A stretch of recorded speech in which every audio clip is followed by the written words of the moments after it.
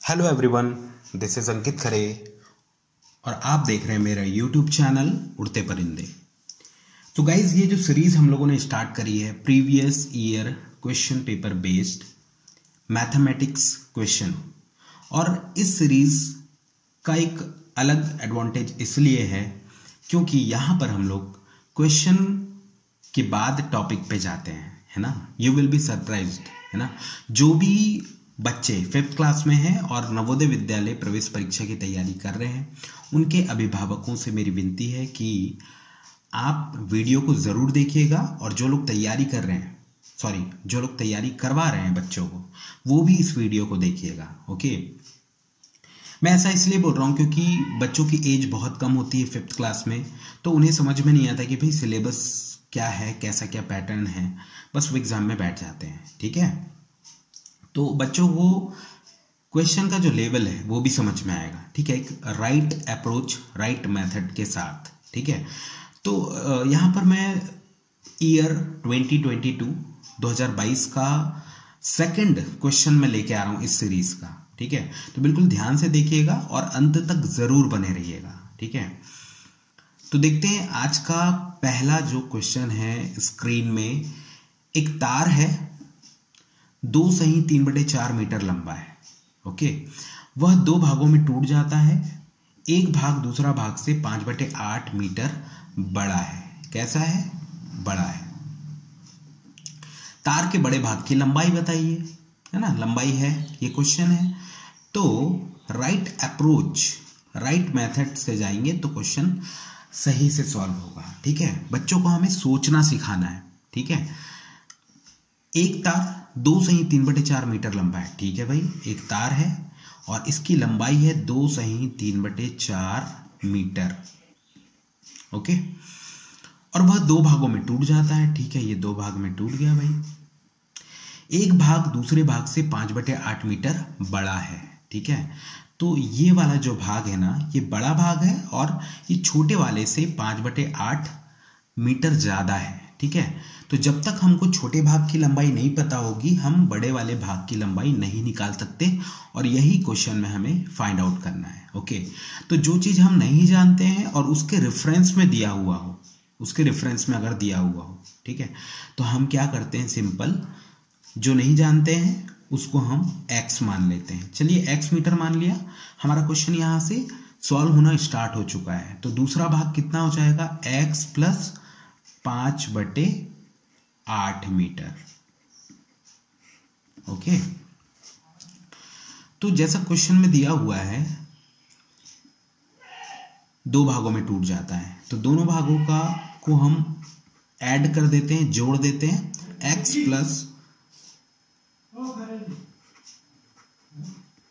+ 5/8, तो ये दोनों प्लस होकर के कितना हो जाएगा, 2 सही 3/4। ओके, तो देखिए जब आप ऐड करोगे, ये ब्रैकेट ओपन करोगे, तो ये क्या हो जाएगा, 2x + 5/8 बराबर 2 सही 3/4, है ना। अब एक चीज और मैं यहाँ पर आपको बताना चाहूंगा, फ्रैक्शन चैप्टर का, हालांकि ये भिन्न, ठीक है, एक तो साधारण भिन्न होता है, एक मिश्रित भिन्न होता है ना। तो साधारण भिन्न में क्लियर कट हमको समझ में आता है, जैसे कि 5/8 लिखा हुआ है ना, तो ऊपर वाला अंश है और नीचे वाला क्या है, हर है। ठीक है, तो यहां पर हमको क्लियर कट समझ में नहीं आ रहा है कि अंश कौन सा और हर कौन सा, तो इसको साधारण भिन्न में कन्वर्ट करना पड़ता है। तो 4 दूनी 8 और 3 11, तो ये क्या हो गया, 11/4, है ना। 2x, अभी जो 5/8 है उसको हमें उधर ट्रांसफर करना पड़ेगा। चलो ठीक है, मैं यहाँ पे लिख देता हूँ। ट्रांसफर के भी जो गुण हैं, जो नियम है, वो हमें पता होना चाहिए। अगर हम साइड चेंज कर रहे हैं, पक्षांतरण बोलते हैं इसको, ठीक है, तो उधर जाकर के, दूसरे साइड में जाकर के चिन्ह चेंज हो जाता है ना। तो ये 2x बराबर 11/4 माइनस 5/8, प्लस है तो माइनस हो जाएगा, गुणा है तो भाग है तो गुणा हो जाएगा दूसरे तरफ जाकर के। ठीक है, फाइनली हमें x की वैल्यू फाइंड आउट करना है ना। तो ये, चलो इसको 2x ही लिखते हैं अभी। अब हम इसको सॉल्व करेंगे।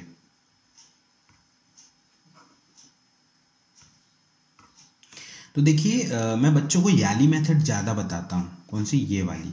जब भी टू फ्रैक्शंस बटे वाले जो क्वेश्चन है उनको सॉल्व करना हो तो आपको ये क्रॉस मल्टीप्लाई करना है और जो भी साइन है बीच में लगाना है और ये हॉरिजॉन्टली मल्टीप्लाई करके नीचे लिखना है। लेकिन यहाँ पर मैं इस मेथड से इसलिए नहीं जा रहा हूँ क्योंकि अंक थोड़े से बड़े हैं। कैसे? अंक थोड़े से बड़े हैं तो यहाँ पर हम एलसीएम मेथड यूज करेंगे। देखिए 4 और 8 का जब हम क्या निकालेंगे? एलसीएम निकालेंगे। देखो 4 और ये 8 का जब हम एलसीएम निकालेंगे तो छोटी से छोटी संख्या लेंगे जो किसी भी एक को तो डिवाइड कर ही दे कम से कम। तो 2 दूनी 4 और 2 चौ 8 है ना। 2 एकम 2, 2 दूनी 4, फिर से यहाँ पर 2 ये 1। ये कब तक करते हैं? जब तक यहाँ 1 1 ना आ जाए। ठीक है, बहुत सारे बच्चे ये चीज जानते हैं। तो यहाँ पे देखिए 2 दूनी 4 दूनी 8, 8 इसका क्या हो गया? लघुत्तम समापवर्तक आ गया। अब क्या काम होता है? ये जो लघुत्तम समापवर्तक आया है उसको यहाँ जो नंबर दिया है उससे डिवाइड करते हैं। तो 8 को जब 4 से डिवाइड करेंगे तो कितना आएगा? 2, और ऊपर वाले से गुणा करेंगे तो 11 दूनी 22 माइनस 8 को 8 से डिवाइड करेंगे तो 1 आएगा। 1 इंटू 5 कितना आ गया? 5 है ना।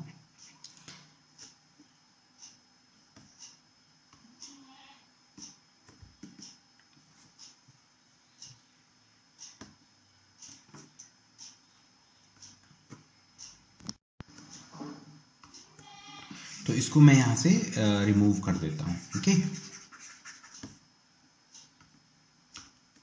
तो आप देखिएगा यहां पर, चलो यहां पे कर लेते हैं, है ना।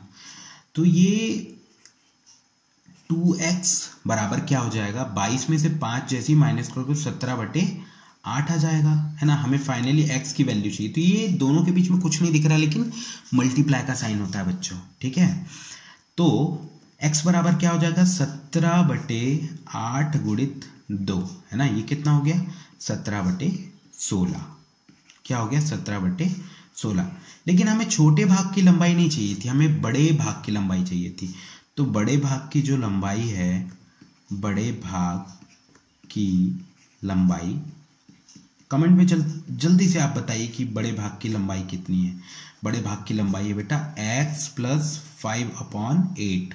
ओके, तो x की वैल्यू हमने यहाँ पे लिखा 17/16 धन 5/8। तो ये कितना जाएगा? आप लोग ध्यान से देखिए, 16 और 8 का हमने यहाँ से फिर से एलसीएम निकाले तो कितना है? 16।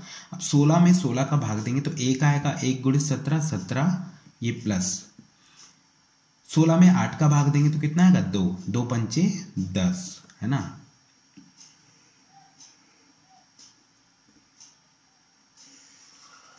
है ना, तो ये कितना हो जाएगा? बड़े भाग की लंबाई 17 और 10 कितना हो गया? 27/16। ठीक है, बड़े भाग की लंबाई, बड़े भाग की लंबाई। तो हालांकि 27/16 भी सही आंसर है, बट ऑप्शंस में अगर आपको दिया है मिक्स्ड फ्रैक्शन में, जैसा ये दिया हुआ है 2 सही 3/4, तो इस फॉर्मेट में दिया हुआ है तो आप क्या करेंगे? सीधे भाग दोगे, है ना। जैसे आप भाग दोगे यहाँ पे 16 एकम 16, 7 में से 6 गया 1, 2 में से 1 गया 1, है ना। तो सबसे पहले हम यहाँ पर कोशिएंट को लिखते हैं भागफल और यहाँ पे लिखते हैं शेषफल, जिसको रिमाइंडर बोला जाता है ना। नीचे जो है वो नीचे रहता है।